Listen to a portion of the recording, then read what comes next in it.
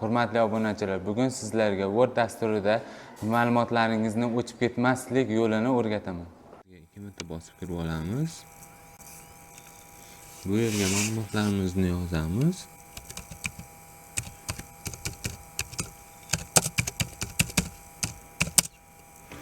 Belgilab shriftlarni to'g'rilaymiz.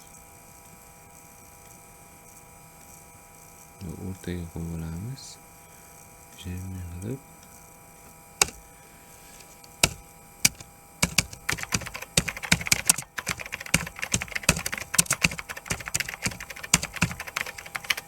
bo'ling.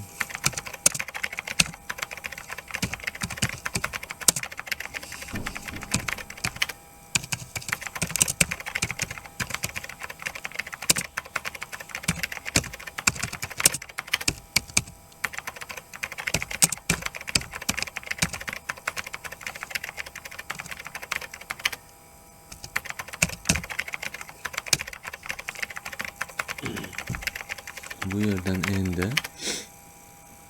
chap tarafimizda fayl bo'limi bor. Fayl bo'limiga kiramiz. Fayl bo'limidan parametr bo'limini qidirib topamiz. Fayl bu yerga kirgandan keyin sahraning bo'limiga kiramiz. Sahraning bo'limida avtosahraning degan joyini topib, galishkani bosib qo'yamiz va minutlarni to'g'rilaymiz. Eng past minutini qo'yib qo'yamiz va OK ni bosib chiqib ketamiz.